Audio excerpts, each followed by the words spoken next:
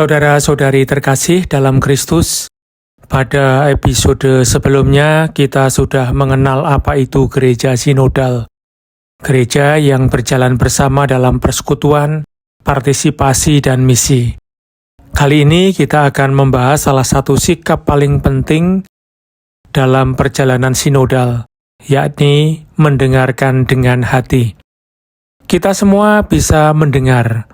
Setiap hari kita mendengar banyak suara kendaraan, suara notifikasi, suara berita, suara orang berbicara, bahkan suara orang yang mungkin sedang mengeluh. Tetapi mendengar belum tentu sama dengan mendengarkan. Mendengar bisa terjadi begitu saja, tetapi mendengarkan membutuhkan perhatian, mendengarkan membutuhkan kerendahan hati, mendengarkan membutuhkan kasih. Dalam proses sinode, mendengarkan menjadi kata kunci. Gereja diajak untuk mendengarkan umat Allah.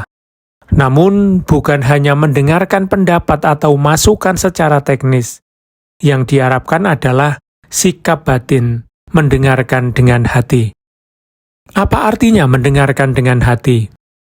Mendengarkan dengan hati berarti saya tidak hanya menangkap kata-kata, tetapi juga berusaha memahami pengalaman, luka, harapan, dan pergumulan orang lain.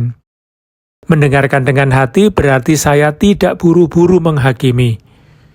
Mendengarkan dengan hati berarti saya tidak langsung membela diri ketika ada kritik. Mendengarkan dengan hati berarti saya percaya bahwa Roh Kudus juga dapat berbicara melalui orang yang sederhana, orang yang terluka, orang yang miskin, orang muda, keluarga, bahkan orang yang selama ini jarang kita libatkan. Dalam gereja, seringkali kita sudah punya banyak program. Ada rapat, kegiatan, pertemuan, pelayanan, dan rencana pastoral. Semua itu baik. Tetapi sinode mengingatkan, sebelum bergerak, dengarkanlah.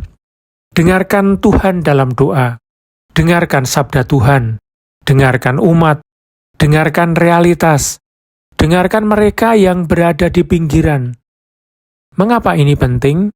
Karena gereja bukan hanya dipanggil untuk memberi jawaban, gereja juga dipanggil untuk hadir, berjalan bersama, dan memahami apa yang sungguh dialami umat manusia. Kita bisa melihat teladan Yesus. Dalam Injil, Yesus tidak hanya mengajar, ia juga berhenti, ia bertanya, ia mendengarkan, ia melihat orang sakit, orang berdosa, orang miskin, orang yang disingkirkan, dan hatinya tergerak oleh belas kasih. Yesus tidak mendengarkan dari jarak jauh, ia mendengarkan dengan hati yang dekat. Inilah yang perlu kita pelajari sebagai gereja. Dalam konteks paroki, misalnya, mendengarkan dengan hati berarti tidak hanya menunggu umat datang ke kantor paroki. Kadang gereja perlu keluar, mengunjungi keluarga, menyapa orang muda, mendengarkan mereka yang jarang hadir dalam kegiatan, bertanya kepada keluarga yang sedang dalam kesulitan, mendengarkan pengalaman para guru, tenaga kesehatan, buruh, petani, pekerja migran, dan mereka yang menghadapi tekanan hidup.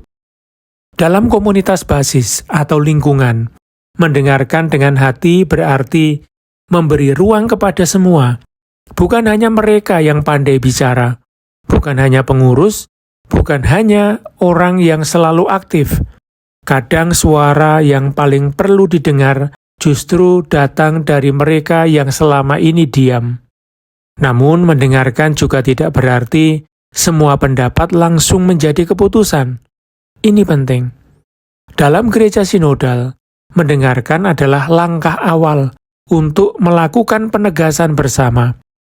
Kita mendengarkan bukan untuk mengikuti semua kemauan, tetapi untuk bersama-sama mencari kehendak Allah. Karena itu, dalam proses sinodal, mendengarkan selalu berhubungan dengan doa dan Roh Kudus. Kita tidak hanya bertanya, apa yang saya mau? Atau apa yang kelompok saya mau? Kita bertanya, apa yang Tuhan kehendaki bagi gerejanya. Ada satu latihan sederhana yang bisa dilakukan dalam keluarga, lingkungan, atau komunitas. Pertama, setiap orang perlu diberi kesempatan untuk berbicara. Kedua, yang lain mendengarkan tanpa langsung menyela atau membantah. Ketiga, setelah semua berbicara, komunitas hening sejenak dan bertanya, apa yang mungkin sedang dikatakan Roh Kudus melalui pengalaman-pengalaman ini? Latihan sederhana ini bisa mengubah suasana pertemuan.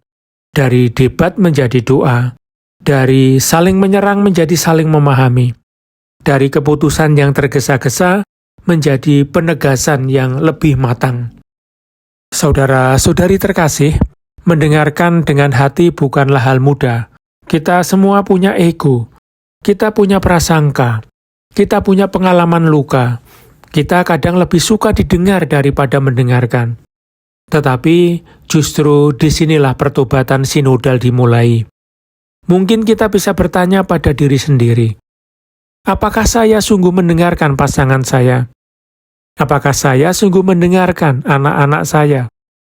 Apakah saya sungguh mendengarkan umat yang saya layani?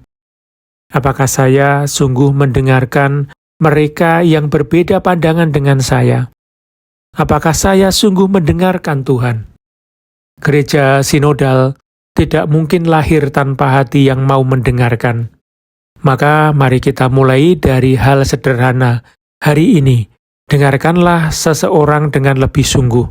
Bukan untuk menjawab, bukan untuk mengoreksi, tetapi untuk memahami. Maka pada episode berikutnya, kita akan membahas mengapa setiap orang yang dibaptis memiliki martabat dan tanggung jawab dalam gereja. Kita akan berbicara tentang gereja sebagai umat Allah. Terima kasih, Tuhan memberkati.